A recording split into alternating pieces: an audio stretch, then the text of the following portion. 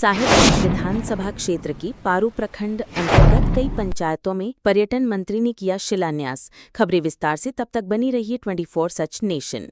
98 साहिबगंज विधानसभा क्षेत्र की जनता को विधायक से मंत्री का पद मिलते ही कई सारी लंबित योजनाओं का शिलान्यास कर किया बिहार में विकास की गंगा बहा, बनाया रिकॉर्ड।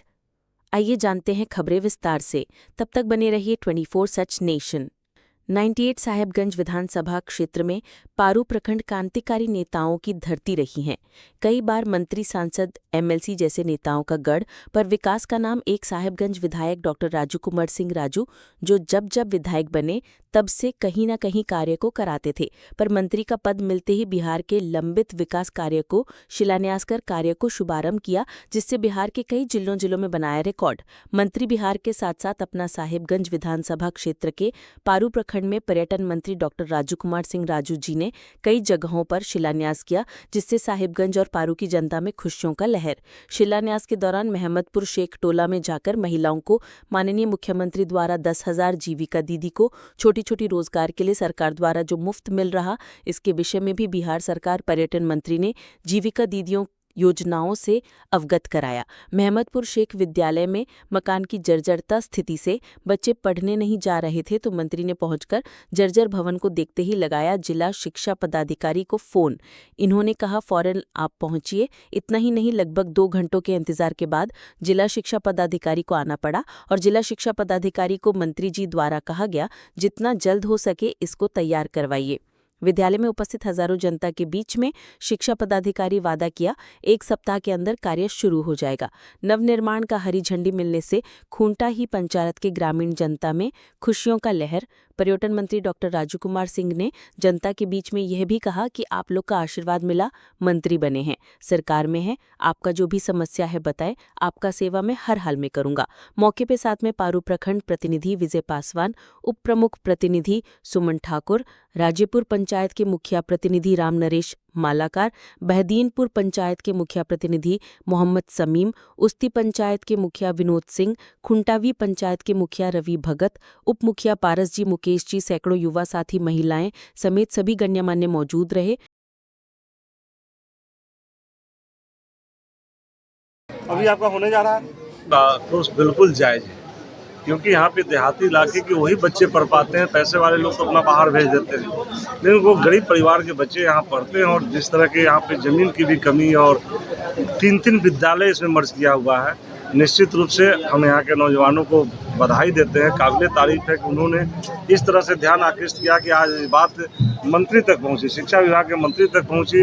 मंत्री ने इनको आदेशित किया। हम भी इनसे पिछले 2 साल से लगे हुए थे, लेकिन 8 दिन से मैं इन पर चढ़ा हुआ था कि आप भेजिए आदमी भेजिए। आज मैंने उनको कहा कि नहीं, आपको चलना होगा, और यहाँ पर आए हैं। जिला शिक्षा पदाधिकारी आए हैं। निश्चित रूप से जिस विद्यालय में जिला शिक्षा पदाधिकारी का पैर पड़ गया, वो विद्यालय एक मॉडल विद्यालय के रूप में जरूर आएगा, ऐसा मेरा मानना है। मैं उनको आश्वस्त भी किया हूँ कि आप यहाँ से जल्दी बना करके भेजें, फॉलोअप लें और उसको हमको सूचित करें, ताकि मैं बैठ करके विभाग में सेक्रेटरी के पास बैठ करके इसको जल्द से जल्द कराऊं, क्योंकि 10-15 दिनों के अंदर में आचार संहिता लगना है। इस आचार संहिता के पहले यहाँ काम शुरू हो जाए, ऐसा मेरा प्रयास रहेगा। प्रयास ही नहीं, बल्कि मैं आश्वस्त करना चाहता हूँ कि काम शुरू हो। ये एक ऐसा विद्यालय है जहाँ से ये वर्तमान में मुजफ्फरपुर के एमएलसी और वैशाली की सांसद महोदया का क्षेत्र है, फिर भी इतने वर्षों से ये अछूता रहा है। निश्चित रूप से देखिए, 1-2 बार मेरे सामने हम लोग विस्तृति के बैठक में थे, मैंने इस बात को उठाया भी, और इसको बीना देवी जी माननीय सांसद ही मजबूती से बोले कि नहीं, एकदम सही बोलना है, होना चाहिए। लेकिन फॉलोअप की कमी हो गई, कहीं ना कहीं फॉलोअप की दिक्कत हुई इस कारण से, और कुछ टेक्निकल प्रॉब्लम। आप यहाँ पे डीएस भी बैठे हुए हैं, उनके छोटे कनीय पदाधिकारियों का नहीं है कि किसी भी हालत में विद्यालय को संपूर्ण डिमोलिश करना एक बड़ी प्रक्रिया है उसकी। उस प्रक्रिया में आज बैठे हुए हैं, सीनियर पदाधिकारी बैठे हुए हैं, इसलिए इनसे ये भी कर सकते हैं। यहाँ के टीचर के साथ में बैठ करके ग्रामीणों के जो यहाँ अध्यक्ष होंगे, बैठ करके डिसीजन लेंगे और प्रक्रिया पूरा करेंगे। वो कह दिए डिमोलिश के लिए, लेकिन प्रक्रिया पूरी करनी है, जो प्रक्रिया नहीं हो पाया था। और ग्रामीण यहाँ के नौजवान जो थे, वो इसलिए और ज़्यादा नाराज़ थे कि इसको केवल छत ढालने की बात के लिए कई एक बार ट्राई किया गया, लेकिन ग्रामीणों का कहना है कि नहीं, छत ढालने से काम नहीं चलेगा, बच्चे का उसमें समायोजन नहीं हो पाएगा, इसको बिल्कुल तोड़ करके और नया बनाया जाए तभी होगा। तो आप तो नया बनाने के बाद छोड़ दीजिए, यहाँ 12 कमरे प्लस प्रिंसिपल रूम सब बनाने की बात चल रही है। और साथ ही साथ मैं अपने तरफ से ऐड कर रहा हूँ कि जब बनवाएंगे डीओ साहब तो इसके 4 दीवारी का भी बनवा करके आप भेजेंगे, क्योंकि ये सामने मेन रोड है, 4 दीवारी का भी बना करके भेजेंगे। कल से परीक्षा भी है बच्चों का, कल से बच्चे आएंगे विद्यालय?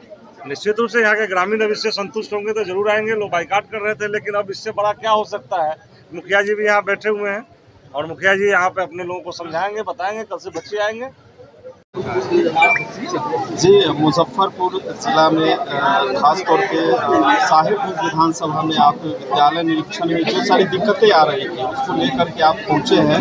बगल में पर्यटन मंत्री भी मौजूद हैं, मामले से उन्होंने आपको अवगत भी कराया है। तो क्या लग रहा है कब तक ये ग्रामीणों की जो समस्या है वो दूर हो पाएगी? बिल्कुल, पूरे ज़िले में लगभग 150 विद्यालय ऐसे हैं जिनको बहुत ही बृहद मरम्मती या उनको तोड़कर बनाने की आवश्यकता है।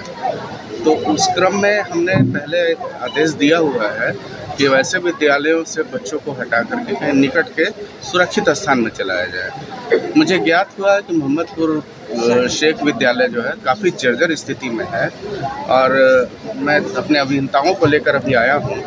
इसका मैं एस्टिमेट बनवाऊंगा और जितने बच्चे हैं उसके अनुपात में कमरे और जो भी होने चाहिए मूलभूत सुविधाएं जैसे बाउंड्री होनी चाहिए, शौचालय होना चाहिए, पेयजल का इंतजाम, मैं सारी चीज़ों के इंतजाम के लिए मैं एस्टिमेट बनवा रहा हूँ और इसको मैं राज्य कार्यालय भेज दूंगा और हम लोग फॉलो अप करके इसको यथाशीघ्र इसका निर्माण हम लोग करा देंगे। पंकज जी, एसडीओ साहब कहाँ गए? एसडीओ साहब कब तक बन जा रहा है इसका एस्टिमेट? बिल्कुल आएंगे।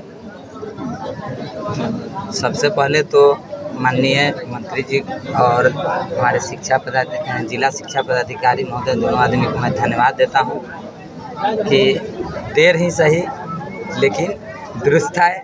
इसके लिए मैं तहे दिल से और पूरे समाज के तरफ से मंत्री महोदय जी को और जिला शिक्षा पदाधिकारी महोदय जी को मैं धन्यवाद देता हूं। और मंत्री जी का जो प्रयास और डीओ सर का आश्वासन रंग लाए। यह मुस्कुराहट आपकी है या पूरे जनता की मुस्कुराहट? नहीं, पूरे जनता की। इस कार्य के लिए घंटों इंतजार करना पड़ा मंत्री। चलिए, अच्छा, ये तो मंत्री जी का क्षेत्र है, घर है, इंतजार किए थे।